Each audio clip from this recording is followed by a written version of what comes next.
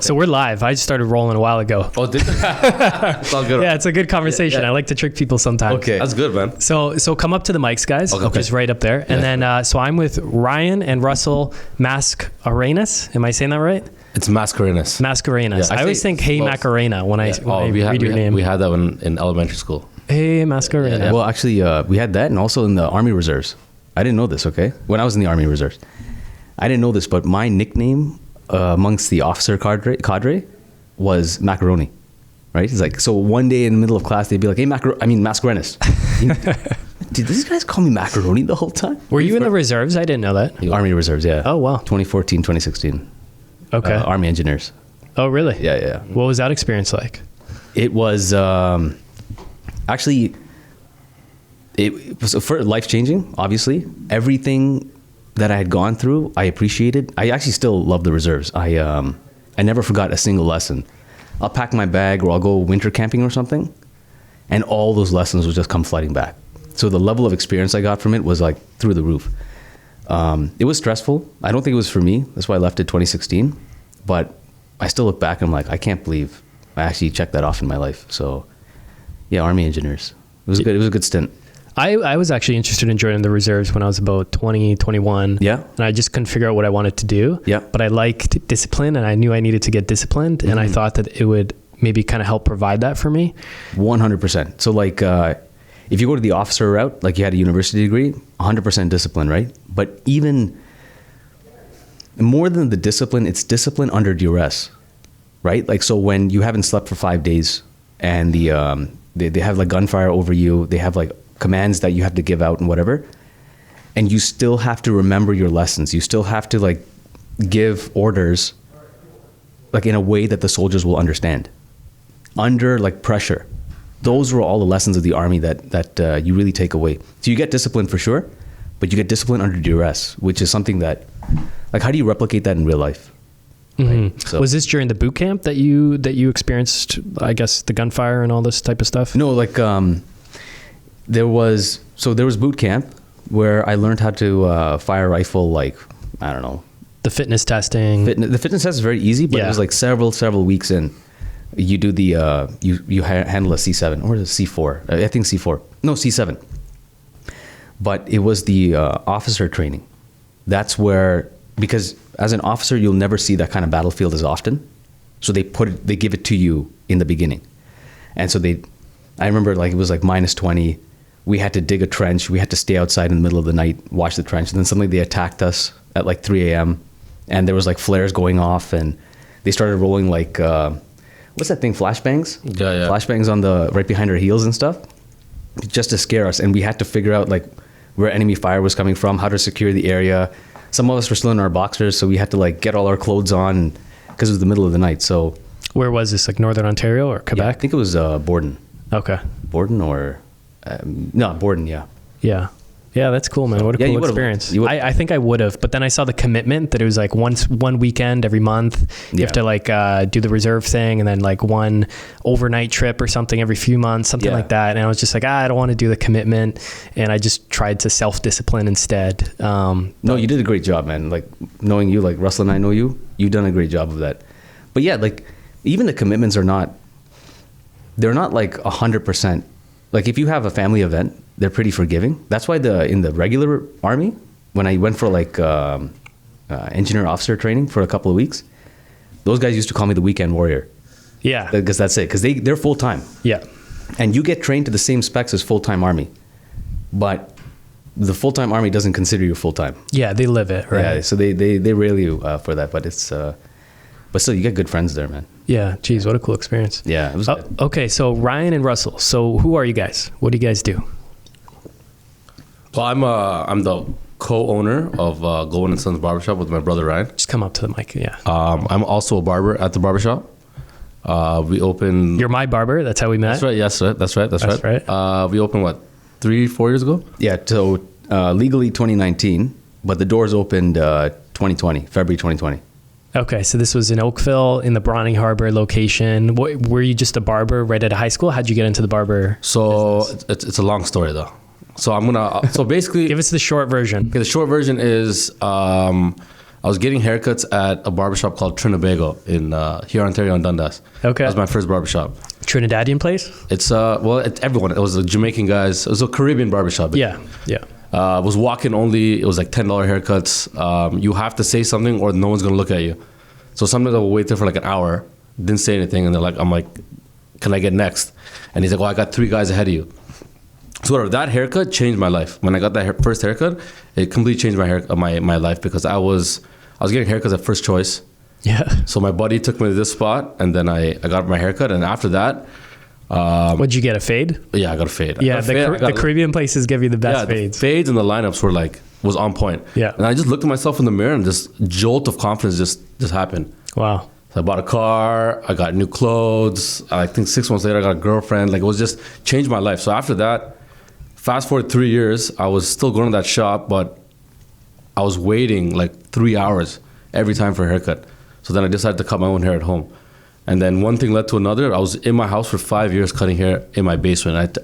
It became a money-saving tactic to a hobby. And then I think it was 2013, my buddy said, he's like, I think you're ready to work at a shop. And I'm like, there's no way. I'm Indian. There's no way I could even get into a trade. I have to get into either like corporate. I have to go white collar for sure. Yeah. So then I interviewed a bunch of barbershops, and I liked one. So then I spoke to one guy, and then he gave me the keys to the shop on a Sunday and a Monday. That was my first day cutting hair. So I cut hair on a Sunday, Monday, and I made so much money. At that time, I was working at TELUS part-time selling phones. And then I told my boss, listen, I got to take Sundays off. She's like, you're already part-time, you can't take Sundays off. You're only working Saturday, Sunday.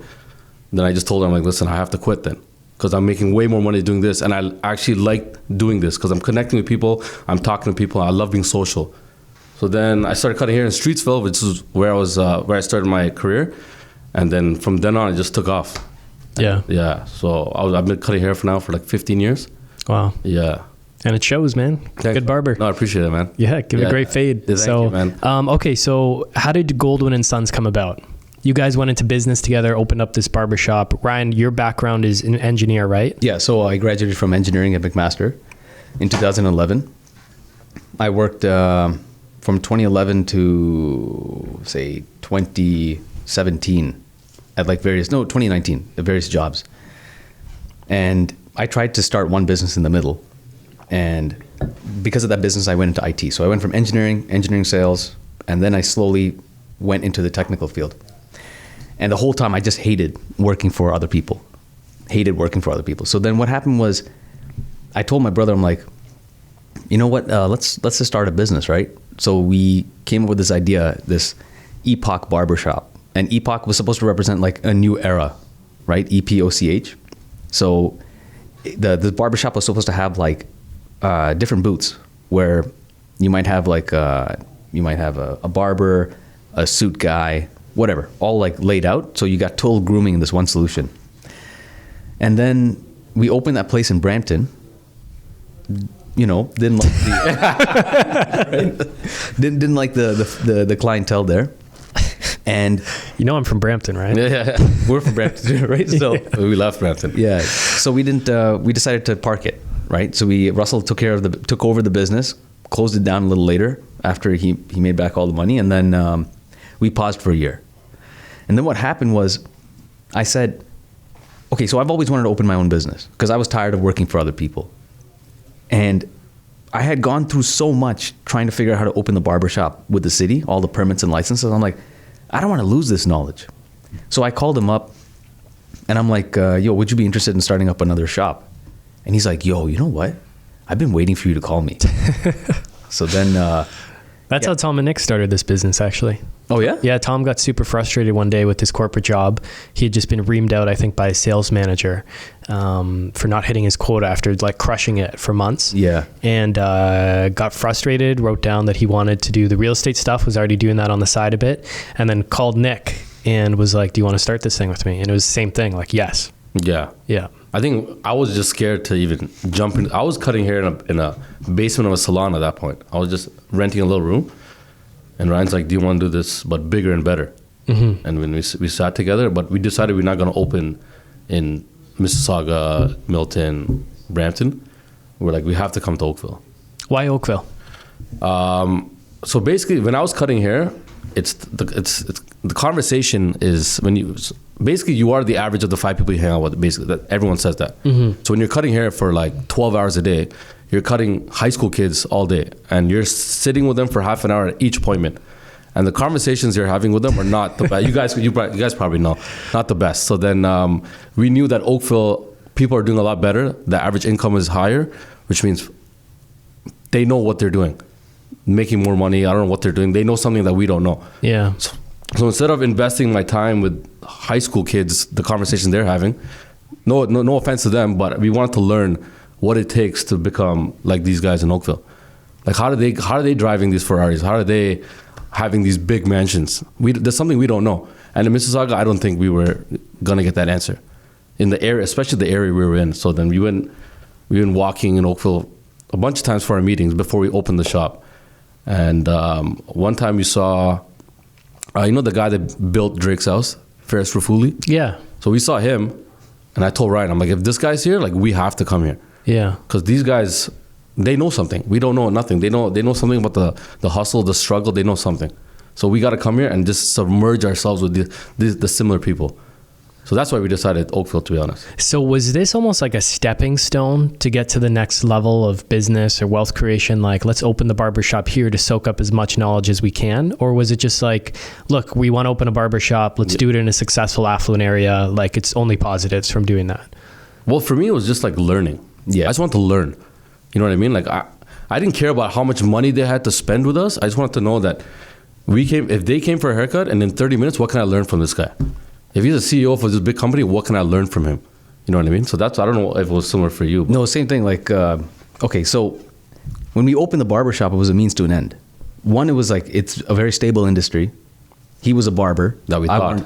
We thought it was stable. Yeah.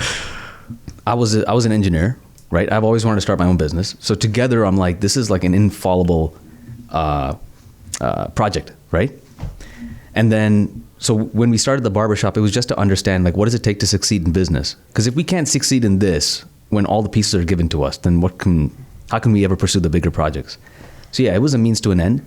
But what I didn't know was how much of a means the barbershop would become. Like Mavericks, I guess we'll talk about that like sometime down the road. But yeah, so why don't we just jump into it? So your barbershop has a theme, or at least appeals to entrepreneurs. Yeah. And I think executives, right? Like, yeah. And high net worth people. So everything is geared towards appealing to those people. That's right.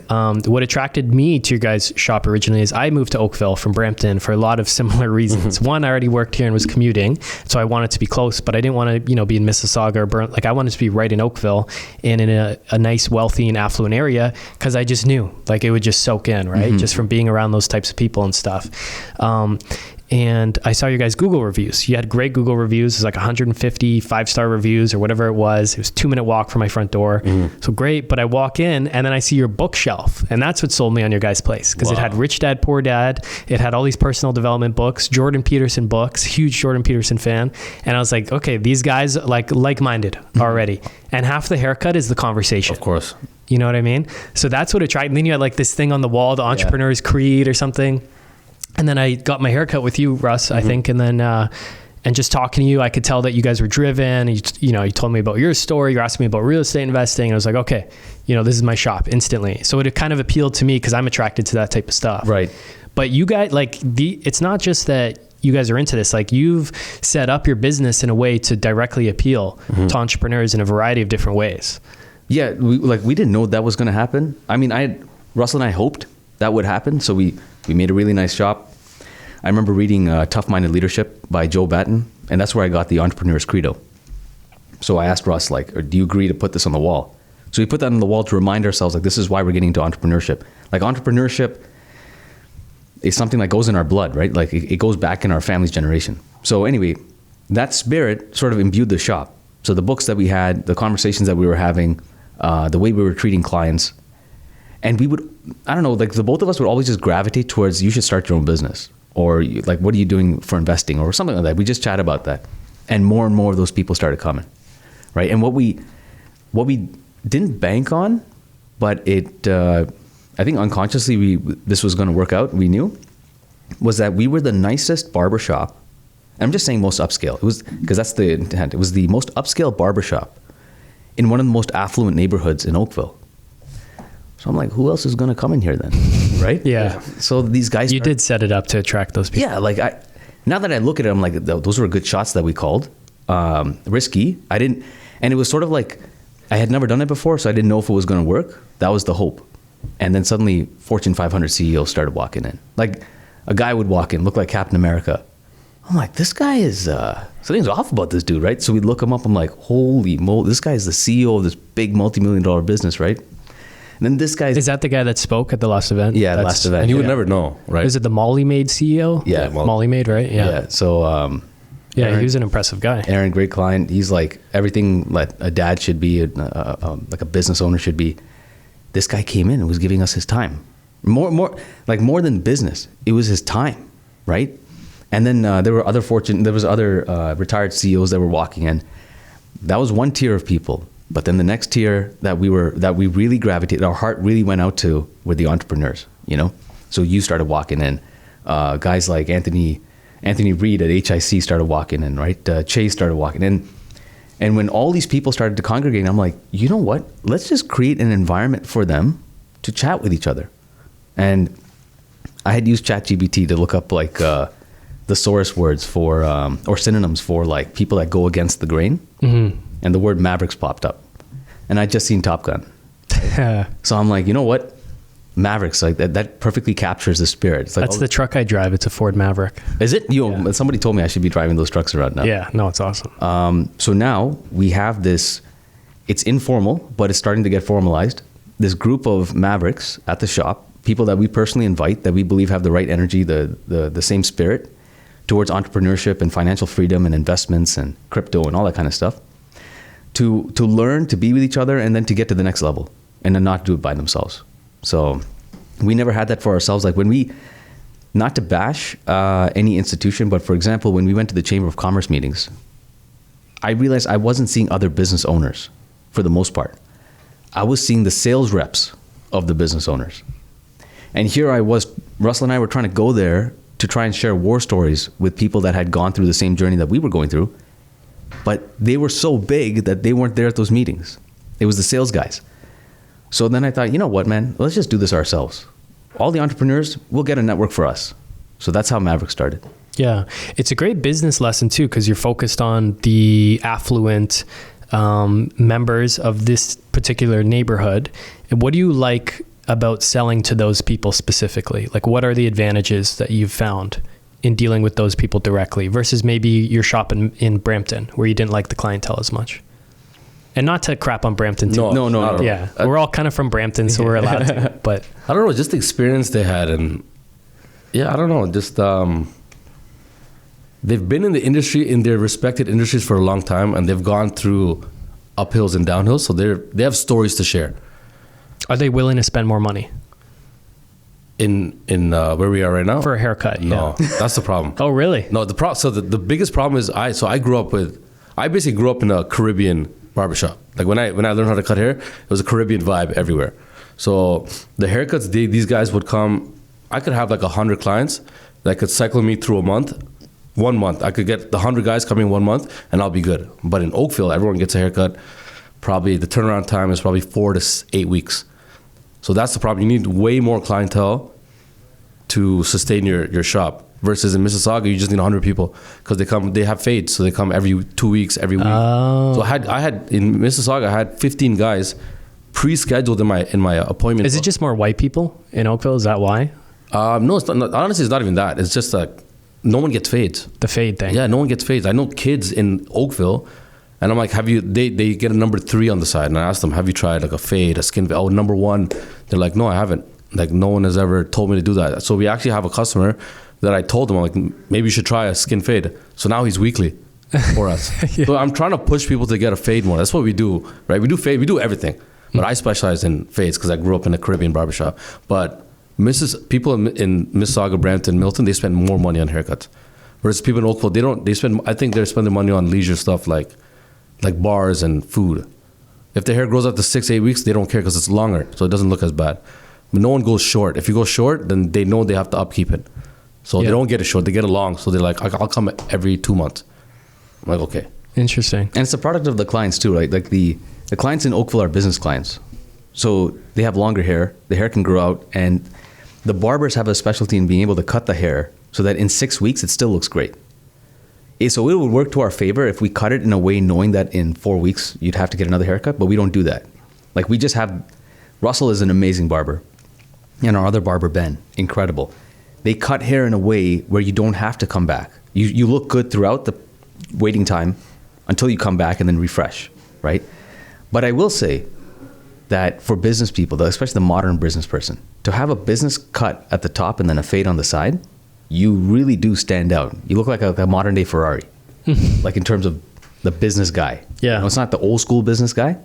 There's like almost this modernity to your carry, you know, the way you carry yourself. Yeah, it is a more modern cut because it's like modern professional. Exactly. I like it in the fade because then, yeah, I can go like 3 weeks without getting a haircut. Exactly. Like I think you cut me last Saturday. Yeah. And I'll be good for another week and a half. Exactly. You know? Okay, so this Society of Mavericks thing is cool because, I mean, it's what I'm into, and it's like, great, I get to connect with all these other people through your shop, which I hear about all the time. Like when we get a cut, you're like, oh, I know this one guy, you know, that's got 20 rental properties, and here's how he runs a business. And then like your partner you were telling me about in the business that runs, you know, several businesses passively and has this kind of great lifestyle. But what I like about the group is it keeps me connected to the shop, and it keeps me coming back for more.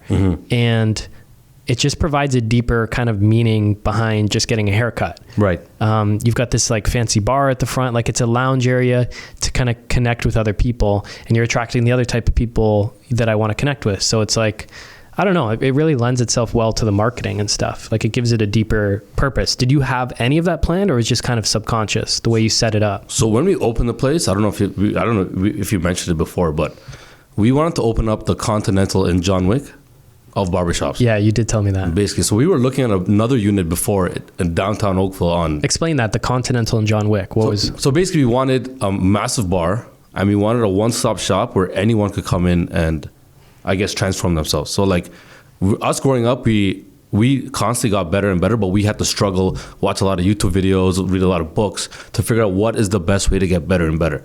So we wanted this place to be a society where you could walk in not knowing anything and be like, okay, this is what I need to do better in life. Like we wanted a suit guy, we wanted a haircut, we wanted clothing, we wanted watches, anything to lend yourself for confidence, because you need confidence to get anywhere, I think. You know what I mean? So we wanted to do that. So the first unit we looked at was Trafalgar and Lakeshore. It was a massive unit, and we wanted to do it there, but it was way out of our means. So that's why we started, this place we started small. But then we got hit with COVID, so we had to readjust a little bit just to focus on the barbershop to get the bills paid. But our goal is still to open a massive spot and to get guys that don't know what they're doing, that want to change themselves, to walk in and be like, again, surrounding themselves with good people that have gone through it. You know what I mean? So they could get in and they could learn and they could get better. Yeah. That's what we wanted to do. We had this this one student walk in, right? And I just said hi to him, do you want any water or espresso or anything, while he was waiting. And he's like, no, I'm good, but I'll have a beer or I'll have a whiskey. I'm like, son, you don't look more than 15, right? He's like, no, I got my ID here. And he passes me his high school card, right? So he's just joking around. But the thing is, we get into this conversation where he starts saying like, yeah, I want to be a doctor one day, right? So he's grade 10. I want to be a doctor, so I know what I need to do good in grade 11 and 12. Because of all the lessons I went through in business, right? I was able to tell him, listen, to get to become a doctor, right? You need to figure out exactly what you need to do by right now so you can nail it for grade 12. So what ended up happening was I started talking to him. I started saying like, don't have any plan Bs. If you're going to be a doctor, don't do anything else. This kind of energy got imparted to someone who's in grade 10. Had someone told me that, my life would have changed, right? He started following us on Instagram. And I didn't know if I had just said something to somebody that just it went over their head or if it went to their heart. And what's happening now is we have created a place, that very dream that we were imagining, where people come in and they may not know what they want in life. They want a haircut, fine. But then I'll always say hi to them at the front. We'll start talking about something. And then boom, it'll be like, I've always wanted to start this business. And I'll be like, why didn't you start this business then? He's like, I don't got the money for it. Well, there's different ways to raise capital. You know, there's different ways to organize your business plan. You got to do your cash flow analysis. Read these books. I'll tell you the 3 books you need to know to start any business. I couldn't believe that our place actually became an avenue for changing people's lives. So in a sense, actually, I think we did achieve it. It's one customer at a time. It's not like a system that we have in place just yet. It's coming from the heart, but that's happening now. Wow. You stand at the front almost like a concierge. Yeah. Like when you walk in, like you walk in and you welcome the person at the door, and then you say, would you like a drink? You've got the full bar there. You've got a little putting green. It's allowed, you start making conversation and stuff. Why did you set it up that way? Was it just to stand out from a regular barbershop where you kind of walk in, take a seat, and wait for a chair? No, that's a good question. You want to answer that one? Well, no, you go ahead. Well, I was going to say that, so when Russell used to work at the Caribbean barbershops, right? If he wasn't there, I would have never walked in, right? I'd just be too scared to ask for a haircut. And what I realized is, like, people like me who are introverted, people like my dad, probably wouldn't go into a place like that because they'd be too scared. Or it would just not be an inviting place, right? Intimidating. Yeah. So we thought, let's create a barbershop where we get rid of all the barriers to entry. So have someone friendly in the front that smiles, offers them a drink to come in. And then when they come in, they feel like they're already friends there. And we really do feel like they're our friends. So then that actually causes us to get repeat customers very quickly. Like I remember this one time, this dad brought his son in. He's already got another barber. So his son went to go get a haircut, and we're having a beer. And we talk about something. And we talk about bars, and we talk about business. And we talk about the history of our family and entrepreneurship. And all of a sudden he's like, you know what? I'm going to sign up. I'm going to come in a couple of weeks. I'll come in for a haircut. Because of that front desk person. So the front desk person is, one, it's to show the spirit of the business to the person coming in, to get rid of the barrier of entry. But 2, and I just realized this, it actually creates conversions much faster, right? Like I can get a person to come in more often because of that friendly face in the front. So that's the purpose of it. Yeah, you make a personal connection with the person. I remember my first haircut, I walked in and we started talking about like monetary history. Yeah. Within like 2 minutes, 5 minutes. Yeah. And Bitcoin.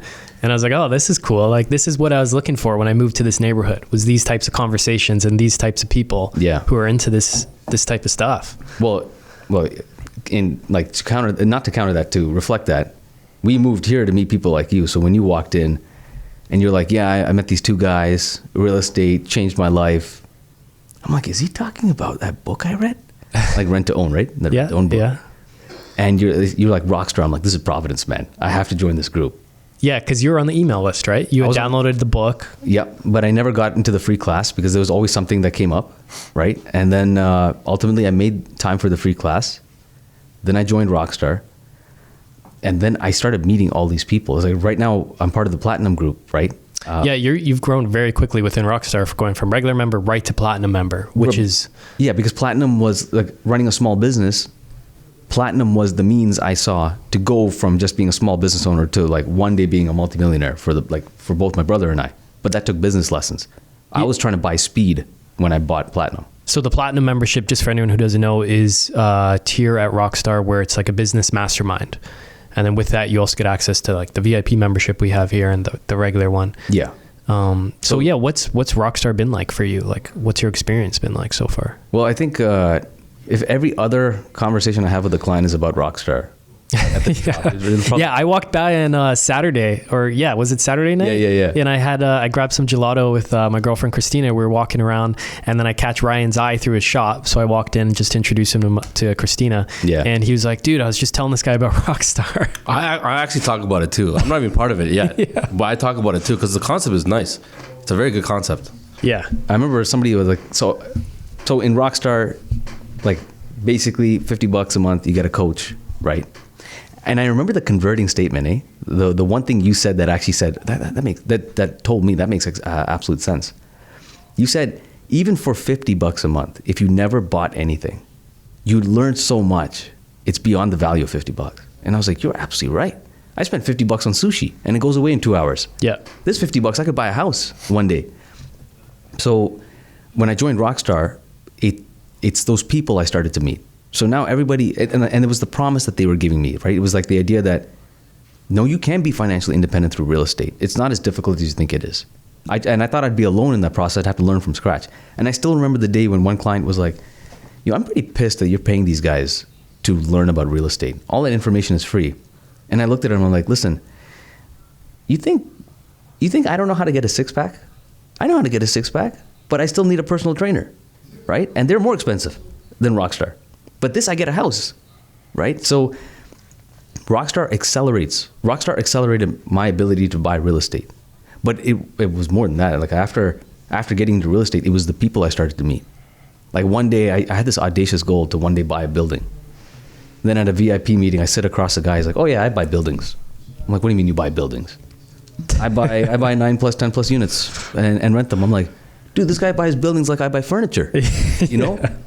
I'm like, I could have never met these people before. Mm-hmm. So that's what Rockstar has been to me. So I tell everybody, listen, you're trying to get financially independent by yourself. Why? Just take the process that these guys give you. Mm-hmm. Right? So every time I'm in the shop, like we're talking about real estate and stuff, where do you guys see real estate as part of your overall life plan? Oh, I love real estate. I made most of my money on real estate. Like, I don't know if you know, but I bought a house in 2016 in Guelph. And then I bought a house in Milton in 2019. But I want to get into more real estate. I sold my house in 2019. I sold my house in Milton in 2021. When the boom was happening, I sold it. But that's when I realized you could make so much money off real estate. You know, just the timing alone is if you time it well, you can make a lot of money. So I want real estate. I think my next investment, I'm trying to get another house. I'm trying to get a multiplex, a quadplex. I think we found in Guelph. I'm trying to secure that, but I might need to sign up for Rockstar, man. Yeah. The tools I need, you know what I mean? And you're looking for long-term buy and hold? Like, what would you want to get out of your portfolio? Yeah, long-term buy and hold, for sure. Start building some long-term wealth? Yeah. Because I've seen, we have a customer that has like 30 plus properties, and he just buys and holds them. But now his life is complete passive. He does whatever, he works, and then if he wants, he'll just go play video games, or he'll do whatever he needs to do because he's made his life so automatic. And you could do that with real estate if you have tenants. He has 37 doors, or 37 doors.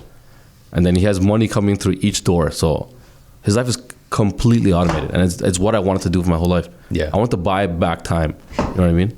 Yeah. So that's a sense. Real estate. So real estate is, I want it to be the majority of my investment, if not the whole thing. And what do you think you do with the barbershop and your plans with that? Well, I can't stop cutting hair. Like, I have clients that will never go to anyone else, and I still enjoy it. Like, cutting my friends.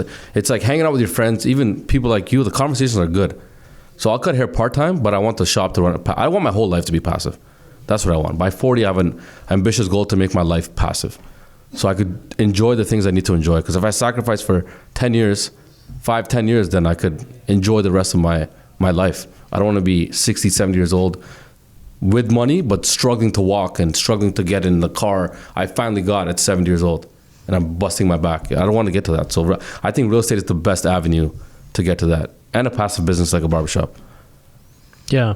You kind of figure out the money problem, and then you can focus on other areas of life, right? Exactly. And then Ryan, how are you thinking about real estate? Yeah. So I want to get 3 like duplexes with ADUs, like the garden suites. And with Rockstar, like I only say that because Rockstar gave me clarity on how possible that is now in certain cities and municipalities. So yeah, 3 properties. I want my properties to be like the shining example of what a house could look like on that neighborhood. Like, especially when I drive through Hamilton and I see how run down Hamilton is, but then I see those old brick homes. I'm like, these homes are stunning. If only they had like the right owner and the right tenants and the right setup. But this would be like a jewel in this neighborhood, right? So I want to do that. Like I said, I was very interested in talking to that guy about purchasing a building. And now I'm thinking, he actually convinced me that buying a building was like, made a lot of sense. Like, for example, if I had 10 houses, how many furnaces did I have? I had 10. But if I had 10 units in an apartment building, how many furnaces did I have? I had 1. If I wanted to buy 10 houses, I'd have to have 10 mortgages. Versus if I want 1 building, I'd have a commercial loan, right? And qualifying for a commercial loan is different from personal mortgages, right? So it's almost like the commercial world is a bizarre world in terms of the requirements. It's like easier to get loans. So I said, I want to get a building. And then honestly, I think one of my most ambitious goals is one day to own my own hotel. Like, to actually legitimately open the Continental. Yeah. Yeah, legit, like, run that out. So that's my real estate plans. Okay, so that you just purchased a property with Dan. Yeah. So is that what that property is going to be? I know you're going to convert it to a duplex, but then it also allows for a garden suite. If it allows for a garden suite, I want to put that in. And even if it doesn't, then I'll hold it for now. But ultimately, my goal is 3 duplexes with a garden suite, nice homes for people that cash flow well, and it takes care of itself. And why that strategy specifically? Like, what attracts you about that? You know what? It was one of the Rockstar real estate agents had mentioned, if you had just 3 properties, right? And you might disagree with how this is all laid out, but if you had 3 properties that were fully paid off, right? And everything you got from the tenants was pure cash flow, from just 3 properties, you could make $12,000 a month. And I was like, 3 properties?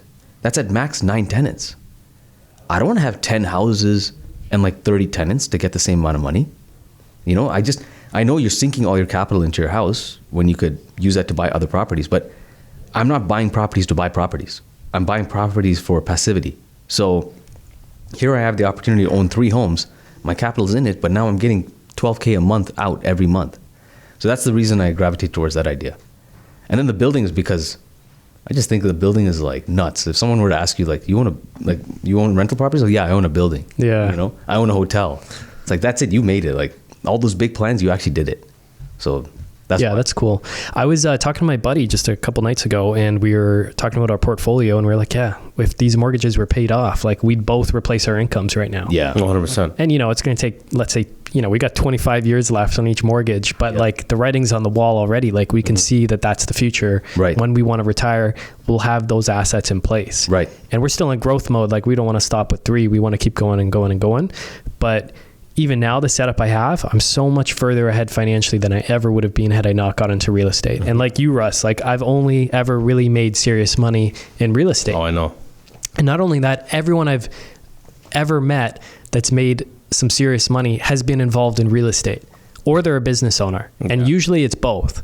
And it's not just made money, it's the person with the time freedom, with the location freedom, that's bought their time back, that's living their life the way they want to. I just haven't met the guy that's done that by investing in stocks. I know they exist, or the guy that's done it investing in crypto, you know, just crypto alone or something like that. It's always been real estate, usually real estate, or a combination of business and real estate. Like these are the actual people. It's anecdotal. I know there's people investing in stocks doing well, but I've definitely never met the person that has the freedom that I want in my life that's invested in mutual funds. Exactly. Like specifically mutual funds, haven't met that person, but that's what we're all geared to do. That's what we're all pushed towards. It's what the financial institutions that we bank with want us to do. That's what, financial planners recommend doing. And I get the strategy, like passive index investing or mutual funds, like I get it, but it's better than nothing. But yeah, real estate just lends itself to a whole lot more of that freedom because of the control you have, because of just the amount of ways that you can make money with a single property. Like we just turned a regular property added 2 bedrooms in the basement, turned it to a 5-bedroom student rental. Cause I noticed a bunch of students were reaching out to rent this property, even though it's nowhere close to Brock University. There's just like student rental demand exploding. So now we added 2 bedrooms for $10,000 reno in the basement, and we're increasing the rent from the property from what we probably get like 25, 26 tops plus utilities to now 31.25 a month coming in from that property. So it kind of pays off the $10,000 investment pretty quickly. 100%. And if we ever want to go back to single family, we can. But real estate gives you that control. Like these direct ways you can increase income, decrease your expenses. It really is like a business. So there's 2 statements I remember reading in 2 different books. So one was Mike DeZermo's book, Wealth Won't Wait. And he said, even the richest business people park their money in real estate. And that's when it clicked for me, because I was like, when you make all this money from your business, where do you put it? Like, where does the cash go when you don't need it? It goes into real estate. Ultimately, you're going to start buying property and plant and assets that are physical, tangible, and have the bank can assign value to it, right? So ultimately, rich people of any kind of wealth are going to park it in real estate. But the other thing too was, I remember there was this one book that Tom and Nick wrote. I just opened it randomly because I didn't have time to read the book, so I just opened it randomly on one page. And I'm lucky I read this paragraph. It basically said, there is no passive income. Everything is active. Like, you think that when you invest in stocks, it's not active. It's not active by you, but there are people actively trying to get you 6% return, like, or in the stock market. Do you want to give other people the ability to control your returns, or do you want to take control of your returns? And that's what you do with real estate. You take the asset, you control how much money you put into it, you control how much money you get out of it, you control the marketing, and it's a much easier process than business. So if everything really is active management of wealth, you want the one where you can get your hands the most dirty, or you can get the most connected to it. And real estate was that. And then at the same time, real estate allows you to automate it too. You don't want to manage the property, you got property managers. You don't want to do the contracting, you hire a contractor. You don't want to tenant it, you find a guy that can find you tenants. Mm-hmm. Right? Everything can be clockworked for real estate. But you can get your hands dirty and understand the system in the nitty-gritty. But if I put money into an ETF, what am I going to study? All 1,000 stocks that compose that ETF? Am I going to study the visions and the financial plans, the financial statements of all the companies that make up that ETF? It's not possible, right? I'd rather just do that with one home or my own business. Yeah, those are great points. And when you compare it to your business, imagine trying to find a manager to replace you guys to manage Goldwyn Sons. That doesn't have the personality, that doesn't have this vision, that doesn't have everything that's attracted me to your business, right? Or imagine you want to completely stop cutting your hair. I know you have Ben in place and stuff, but how many of your clients would be like, Russ, like you're my guy. I know. You're my guy. Like that's why I can't let, I know. I can't let go. You can. You definitely can. Yeah. I know you don't want to. Yeah. But it's so much harder to put those people in place. Whereas with the property manager, I mean, you still have to manage your manager, and you want to get a good one, and you can get bad ones. But it's a lot easier to find a property manager than it is a barbershop manager. Mm-hmm. It's a lot more training you're going to have to do for the barbershop manager. If you ever want to sell Goldwyn Sons, think about how hard it is to sell that business versus selling that duplex that you just bought, Ryan, in a few years. Like there's already this huge demand for that house, not just from investors, right, but from regular people. Yep. But whereas this barbershop, someone's got to want to own a barbershop in Bronte Harbor in Oakville. Mm-hmm. And not only that, like when you buy a house, you are getting involved in the oldest industry in the world, like the first shelter, right? Like more than food. If you don't have a place to eat your food, if you don't have a place to sleep, you don't have a place to protect yourself from the weather. That's like the oldest industry. So if you start a business, you're always starting from scratch, unless you buy a business. But in a sense, though, that's not the oldest business in the world. Versus the real estate industry has been like tried and tested for like 1,000, 2,000 years. So you don't have to start everything from scratch. That's the problem with business. Business is like you got to start it from scratch. You got to learn all these lessons. You don't know how the dynamics is going to work, and you're not dealing with anything critical either. Like someone is going to give me half their income per month for their house. They're not going to give me half their income for a haircut, right? So now I got to figure out, okay, how am I going to make revenue off haircuts? Because the game is different. The scale is different. The number of zeros is different. So I find real estate to be much easier, but still, I don't know, like entrepreneurship runs in our blood. Like we have to nail entrepreneurship for some reason. In me, I have to get it right more than real estate. Because I think real estate's already done and my ego is telling me I want to do something that has not been done for a long time in our family. Why are you guys so driven? Where does that drive come from the both of you? I think it's to prove something to ourselves. Like we were, like growing up, we were not confident. We didn't think we could do anything. And then we just, for me, one day it clicked, 26 years old, it just clicked. I'm like, I'm tired of like living this life, like we follow people, like we watch sports all day. So we're watching other people get better and better and better and get paid millions of dollars. So it just clicked in my head one day. I'm just like, why? It's not fair that these guys have the same amount of time we do, but they allocate it way differently than we do. Yeah. So I want to know what they do. So I think that's what drove me to be like, I need to do something now. I need to change something I'm doing because if anything happens in their life, with money, they could just fix it. So money was a big thing for me. I just wanted money so I could take care of people. Like if my parents ever get old, I want them to live. I want a big house where they could live with me too. You know what I mean? So I want to take care of people with money. I want my life to be way easier. So that's what hit me. I just wanted money. I wanted to find a way to make money. That's what the driving point for me was. And for me, it's one is to manufacture my own source of wealth, right? But two is I wanted to be able to write a document. I always tell Russell, it's like the entrepreneur's document, and then pass it on to my son, right? Pass it on to Gia, pass it on to our children, nieces, and nephews, so that if they ever wanted to start a business, here's all the lessons you learned from your great-great-great-great-grandfather. Because there have been rich people in our family. They just passed away before they wrote any of their methods down. So now I got to learn it all from scratch. So my goal is to use the short time I have to get it all right, write this document down and then pass it to my son, right? And pass it to the people, the kids that I know, so that they can start their own businesses and, you know, achieve like financial freedom themselves. And the biggest thing too is like, so I remind myself constantly about how my grandfather was an entrepreneur. My dad, like both our grandfathers, but when our dad's dad had a business and it didn't work, and he had another business and it didn't work, and he had another business and it didn't work. And what breaks my heart was when he said, you know, when people say like, I'm gonna go until I die, like I'm gonna win or I'm gonna die trying. Well, he died trying. He never ended up winning. Like, I think at 47, he had an aneurysm, passed away in the pantry of his of my grandmother's house. And so he had tried to start 3 businesses. None of them worked. I believe he always had that passion to try another one.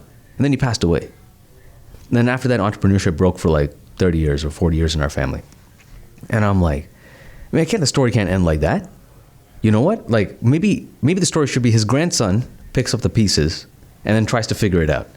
And then he figures it out for the sake of his grandfather, you know? Because the similar story happened to my mom's dad, where he lost the family wealth, and then suddenly the house almost got repossessed, and they lost a lot of their personal assets because they had to pay back some loans. And then he passed away at, I don't know what age he passed away, but he passed away at an older age. But none of them having reclaimed the wealth that their fathers had given them. So now I was like, you know what? I need to figure this out. So my biggest drive is that, so that I can pass it on to my kid, and then my kid can continue to be successful. Why are you so dead set on entrepreneurship? Like, why do you want to introduce that back into your family? Why is that so important to you? Our parents actually would discourage us from doing it, especially as brothers, going to a business as brothers. It's frowned upon because in our family, brothers have stopped speaking to each other because of money. Yeah. So our family is just, in the beginning, was completely dead set on that. Our parents are still nervous about the business because it's, as you know, like during COVID, we opened during COVID, and we were just hovering to pay bills, and then on top of it, we're brothers, and we were fighting a lot. Yeah. And my mom could see that right away, so she was scared that what is happening to her grandfathers was going to happen to us. So we kind of want to be like, listen, it's not like that. We just have to persevere through all the downhills, and then we'll get there eventually. But it's not going to be easy. Yeah. Like, we're going to fight. Sometimes we're not going to talk, but at the end of the day, we're going to build a big business, and then everyone can learn from us. Our kids, our little cousins that want to learn how to open a business, they could come to us. Yeah. Because we've learned the lessons. You know what I mean? So. And the other thing is this: like, you're either an entrepreneur, or you're working for an entrepreneur, right? Like, in the end, if you have a stable job, okay, like, I remember one time, I wish I could draw it out, but I remember one time, so I was sitting in a sales department, and I had a quota I had to meet, but I couldn't get any cold calls, like I couldn't secure any appointments that day, so I was the only one in the office. So I turned around and I looked at the customer service department, and they're all sitting there just busy taking calls, right? And I realized that whole department has a steady salary and benefits and never has to worry about income. Because there are a bunch of sales guys in the front line of business, literally fighting a war to meet their quotas. And like, sales is like this. But sales have to be high enough that these guys can get stable pay. So we think that life is, when you get a full-time job, life is stable. Life is secure. But you don't understand, the company has a massive effort in place to try and make sure sales at this level, which is very turbulent, will at least give this level of stability to everyone else, right? So in my head, I'm like, so there is no stability or security. You know, if this number dips a little too low, that's when you start getting layoffs, you get bankruptcies, you get business closed, and you're not in control of that. So I was like, if business is actually war, if it's actually a fight, and there's just a facade that everything is safe, then I want to go to the front line. I want to see how that battle's actually fought, you know? And if I can figure it out, what enterprise could I build? Because right now I'm stuck trying to achieve other people's dreams when I have a full-time job. But every day I go to work working on my own business, I get closer to making, you know, our dreams come true, my dreams come true. And I got like crazy dreams. I got vision boards of crazy things I would have never asked for, but that I can only ask for now because I've decided entrepreneurship's the path to that, to those dreams. So that's why I'm so dead set on entrepreneurship. Have you regretted opening the shop at any time, or wish that you were still back in that safe, secure, steady paycheck? Oh, so many times. Oh, because we opened 6 months before COVID. No, a month before COVID. We opened February 2020. COVID happened March 2020. Yeah. So then we got shut down in a period of 2 years, 4 times. And we were personal services, so we were the first ones to close, and we were always the last ones to open. So luckily the people we worked with, they helped us out a bit, but so many times we were like, why do we do this? Like I was working in the basement of the salon. I was making a lot of money. My rent was like only $600. And in a month in a day I was cutting like 20 people, 5 days a week for 20 days a month. You do cut quick. Like I can see that you cut your chops in this Caribbean barbershop. Oh yeah, all I did was every haircut I did was a skin fade. So that's what I do. Is a skin fade. I love doing. I gave Ryan a skin fade, like what, on Saturday? Yeah, on Saturday. But that's what I do. I was making a really good money in the basement, but I didn't want to work as hard, which is why we opened the shop. But yeah, there's so many times I was about to walk out too. I'm like, I can't do this. I want to go. I have a family. I want to go back to my steady pay. I'm the breadwinner of the family. So I got to take care of my kid. We have a kid on the way. I got to take care of my wife. So it was really hard for us, but we just found a way. Our thoughts were aligned, and we're like, we just have to finish this. So we can't just stop what we started and fail. To us, that's failure. You know what I mean? But so many times, especially me, he wanted to go all the way. Ryan has crazy dreams, and that's a good thing about Ryan. He's good at motivating people, and he has crazy dreams. So that, you know what, I'm like, if he could, I don't want to leave him behind. I'm the barber in the industry. I don't want to leave him behind. So I said, you know what, I'll do this again I'll renew my lease for 5 years. I'm going to struggle for 10 years and see what this is about. Because I think when it hits to the 10-year mark, everything will change. Just like I was talking with Tom. Tom said he was going through a rough time for 5-6 years. And then he said after that, it started getting better and better. So nothing comes easy, man. Rome, like they say, Rome wasn't built in a day, so you have to take it year by year. But I was ready. I was ready to go. Yeah, and the stability thing, the only reason you really pursue stability is not because you want stability. It's because you're afraid of what other people are saying. Okay, I can't speak for everyone, but I know for me, if I went back to stability, it was not because I needed it. It was because I felt like I wasn't pulling my weight as a husband when I wasn't bringing any money. I felt like I was disappointing my family when with an engineering degree, I wasn't an engineer, right? And it was always embarrassing when people would be like, what's your business? I'm like, I run a barbershop. I still remember this one time I met this elderly Indian person. I went for a walk with my son. Middle of the day, he's like, oh, you run your own business? What's your business? I'm like, I have a barbershop. And he's like, oh. And then he's like, what's your wife do? I'm like, my wife's a doctor. He's like, oh, really? I'm like, typical Indian come reaction. on, man. Yeah. So they couldn't resonate with it, right? But if I go back to stability, then I didn't give up. What was it? I acquiesced to what other people, I would go to other people and say, I'm going to do this. I'm going to achieve this.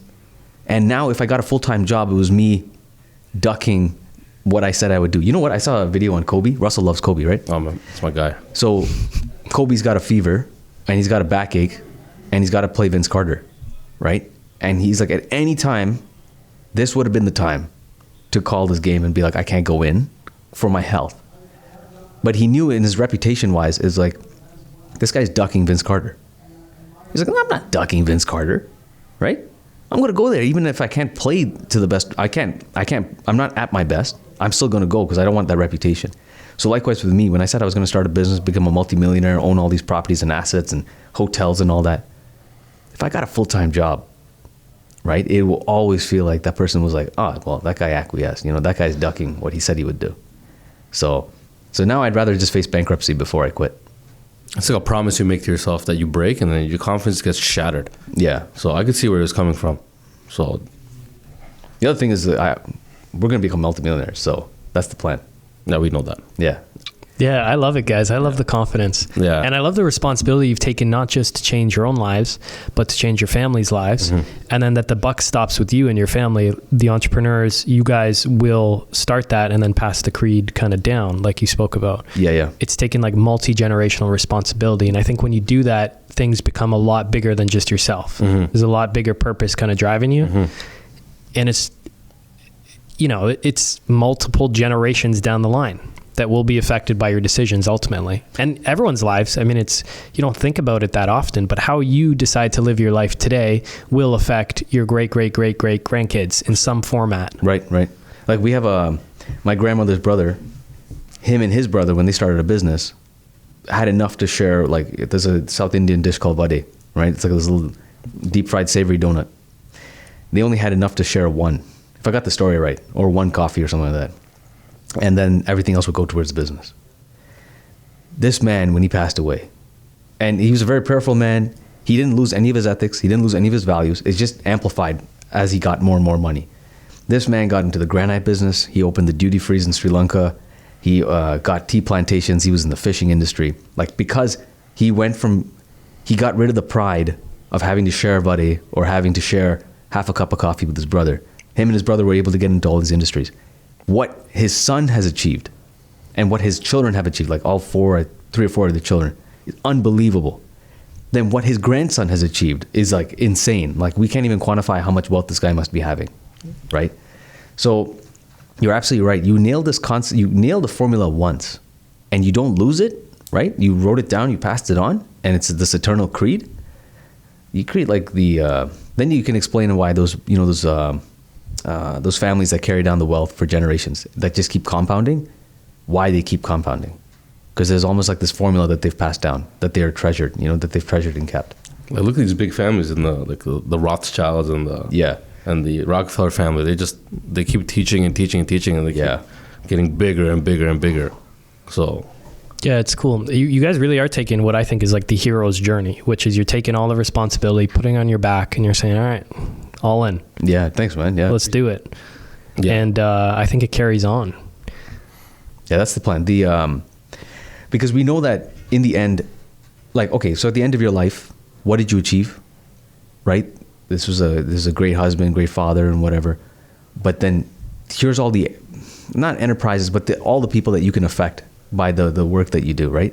And again, it goes back to the knowledge that you pass on. Because if you just die and you had a bunch of dreams, you never passed it on, right? Or you never figured it out. What are you telling your kids? You're telling your kids that their primary responsibility is to grow up, sacrifice their dreams, and then tell their kids, you achieve your dreams. And those kids grow up with the same cycle, and you sort of get this plateau at zero, because nobody is going to achieve anything. Versus you tell your kids, I'm going to achieve my dream, son. You're going to have to catch up to me until the day you die. And then you pass away, and your son climbs on your shoulders and then keeps on going, right? And that energy keeps passing on. That's how you go from, you have this plateau at zero, and now you've got this compounding interest, right? That where your family starts to take this like vertical slope into like the stars, only because one person decided, I'm going to figure out this formula and pass it on. So we got to do it. It's like in our duty to do it. Yeah, we have it in it's our a blood. duty. That's right. That's awesome, and we guys. indirectly impact other people too. Like, I think we've impacted a cousin in our family that used to work in finance, and now he's opened up this big construction company. He's making like quadruple what he used to make before. Yeah. So we just show people it's hard, don't get me wrong. You have to go through the ups and downs, but it's not as hard as you think it is. So I think we've impacted a few people already, because we just share a journey with a lot of people. And if they say these guys are making it not easier, but they're giving me the confidence to open up whatever I need to open up. Yeah, we had 2 younger cousins tell us, you guys have no idea how much we look up to you.